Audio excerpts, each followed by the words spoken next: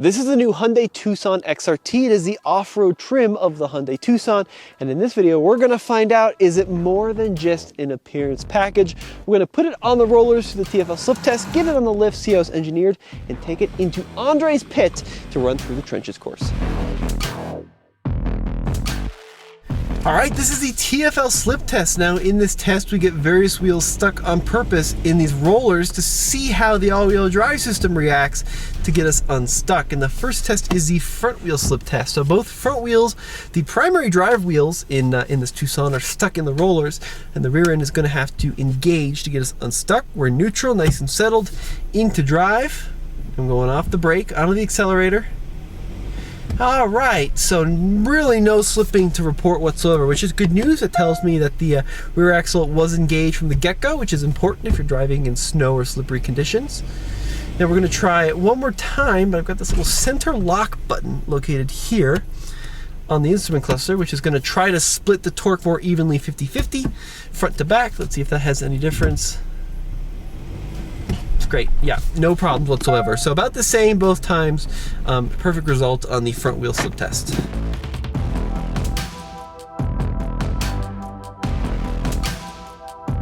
All right, let's take a look underneath the Tucson and see how this vehicle is engineered. Now, being the XRT, we do have a different front fascia with an unpainted black plastic, which is great for tackling some more gnarly terrain, as you don't want to scratch up any nice bright work. It is a little flimsy though, and there really isn't much of a skid plate. Now we do have this plastic cover, but I'm not sure that's going to protect you against much in the event of a collision with a rock. There is a little access panel as well for the oil drain. Suspension is a fairly basic strut style in the front. There you can see the lower control arm and the front mounted disc brakes, and of course the Michelin Primacy tires in a 19-inch configuration. It certainly isn't much of an off-road tire, and I wish that on the XRT you could get at least like a rugged terrain tire, maybe a trail terrain, something in that territory, if not a full all-terrain. Now it is a unibody style construction, so not body on frame here. Fairly exposed exhaust, I have to say. It does appear to be one of the more lower hanging parts of the vehicle. And there you can see the prop shaft making its way toward the rear here. The fuel tank is going to be located over here on the driver's side, once again unshielded. More kind of aero trim here to help kind of deflect the air around some of the components, but none of this is true underbody protection. And then out back here, we have our independent rear suspension with our rear differential there and our single port exhaust all the way through. Look, there's not a lot of off-road tech underneath here. We don't have recovery points front or back that could be used on a trail. We don't have any underbody protection, so I think the XRT should at least get a true skid plate for like the oil pan, ideally the radiator as well. Maybe something, you know, for fuel tanks, because this felty foam and exposed plastic is just not doing it for me. Now for the diagonal slip test. So in this test, the left front and the right rear are stuck in the rollers. Other two are on the ground. And the all-wheel drive system is going to have to distribute torque left to right to get us unstuck. Very common in the snow, very common off-road and in the mud, that kind of thing. All right, normal mode, no sensor lock. Off the brake, onto the accelerator. Okay, all right, okay, interesting. So we got some initial wheel spin. Then the computer kind of thought about the situation, a little slow, but responded in the appropriate manner, started clamping down on the brakes of the wheels that were spinning, and then we got unstuck. We'll try it one more time with the center diff. It's not really a true diff, it's power takeoff, but the center lock engaged. All right, settled in neutral, off of the brake, onto the accelerator. Okay, so same kind of thing. So quite a bit of initial slip, but really not a big performance difference between the center lock on and off.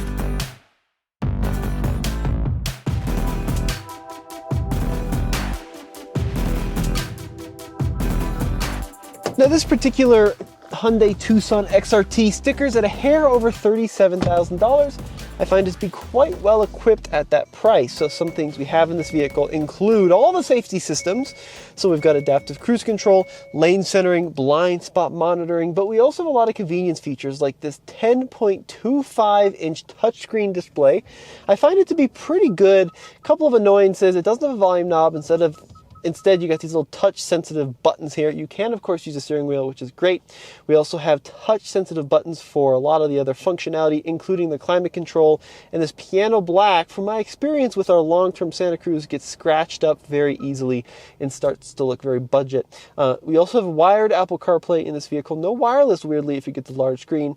And then below that, we're going to find our wireless charger there with USB-A ports, looking a little dated. I do like the physical drive selector for park, reverse, neutral drive on the 8-speed transmission. Here we have our all-wheel drive controls, including lock for the center all-wheel drive system, as well as a drive mode selector with normal, sport, smart, and snow. Heated seats there, and then a nice size center armrest. And then, of course, we have a digital instrument cluster as well, which has some configurations that you can cycle through. So it's a nice interior, could use less piano black, could use a few more physical knobs, but it's quite well equipped in here. Now for the three-wheeled slip test. So a much harder test than what we've seen before. Both rear wheels are stuck. The left front is stuck. Only the right front is on the ground. Let's see if we get the torque transfer we need to get us unstuck. On the accelerator. Come on, come on. Okay, well, we did it. It takes a second for the Hyundai system to respond, is what I'm finding. We did get a little bit of torque transfer to the point where the vehicle actually slid to the side a little bit and caught one of the side of the rear rollers, I believe. We still got off, but definitely took some thinking from the all-wheel drive system. We'll try it one more time with the sensor locked up. All right, here we go. Backing onto the rollers. Got that nice linear response from that torque converter automatic, which is great. Center is locked, right front has to engage once again.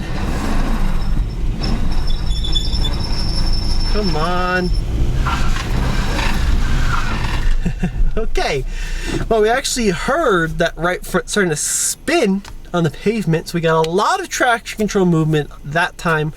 I was a little bit heavier on the throttle as well, but still, you know, pretty conservative, and we were able to pull ourselves off. So yeah, it does work. It's just you gotta give it time to think.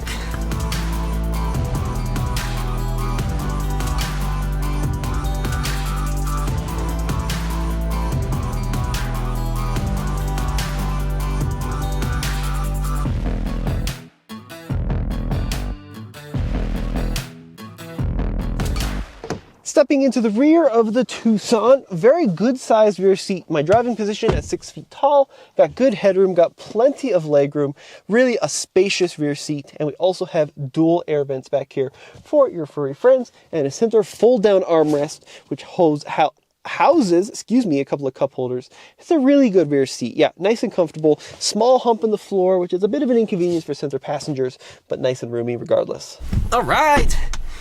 Now for the hardest test for these front-wheel drive base crossovers, only one rear on the ground, in this case the right rear. Well, 3 other ones are stuck. Okay, on the rollers, into neutral, we're going right to the all-wheel drive lock function. Let's see what this Hyundai's got. Come on, Hyundai. A little bit of torque transfer, feeling it moving around a little back there. Oh! There you go. So with this Hyundai, I find you have to be a little bit more aggressive in the throttle. And what it feels like is a 2-stage setup where upon normal to light throttle, it kind of sort of moves torque around, not a ton. And then it feels like it gets stuck, like the torque converter starts to bind up. And then if you push through that binding feeling, what you're really pushing through is actually that brake disc clamping down on that wheel that's stopped. That's where you get that big torque transfer, and if you apply enough throttle, get enough torque to that wheel, you can drive down off the rollers. So we did it, you know. Now it wasn't as quick or as responsive as something like a Forester Wilderness, not as good as like a Bronco Sport Badlands. Those are in a step above this in terms of slip test results, but we still were able to get off. So, you know, pretty good.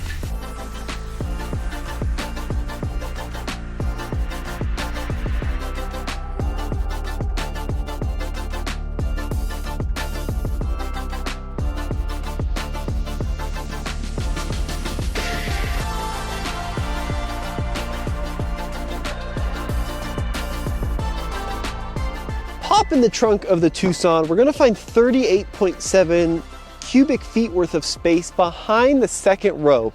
A super functional trunk. It's a nice flat load area here as well. And then let's see if we can fold the seats from the rear end. Ah, we can. Pull down a little switch, fold them nice and flat up against the fronts there. Yeah, really usable trunk. And as we lift up on the cargo floor there, you're gonna find our space saver spare tire. Not a full size spare, which is a little bit of a miss, but it's better than nothing.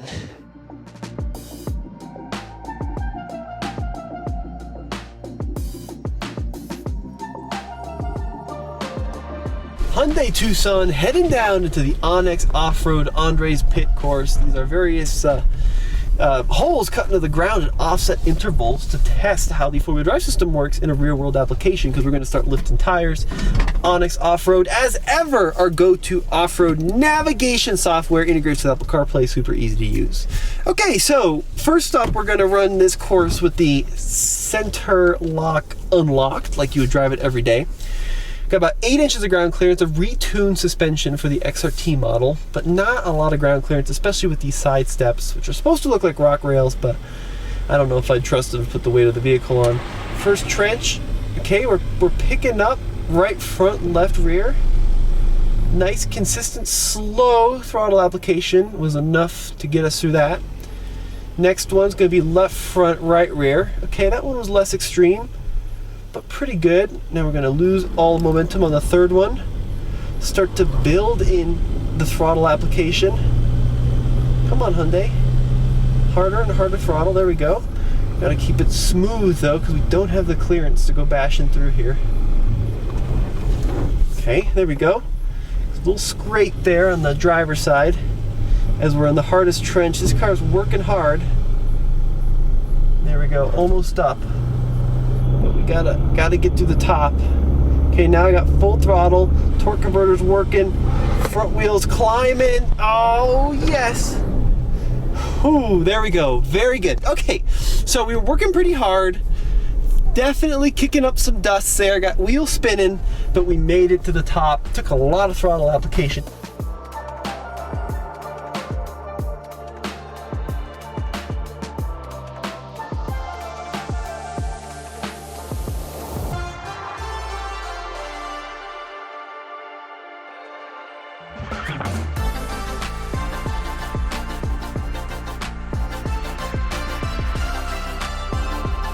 Gonna lock up the center, button pushed, mode engaged. Here we go. See if we notice a difference. Okay, pretty good result on that first little trench.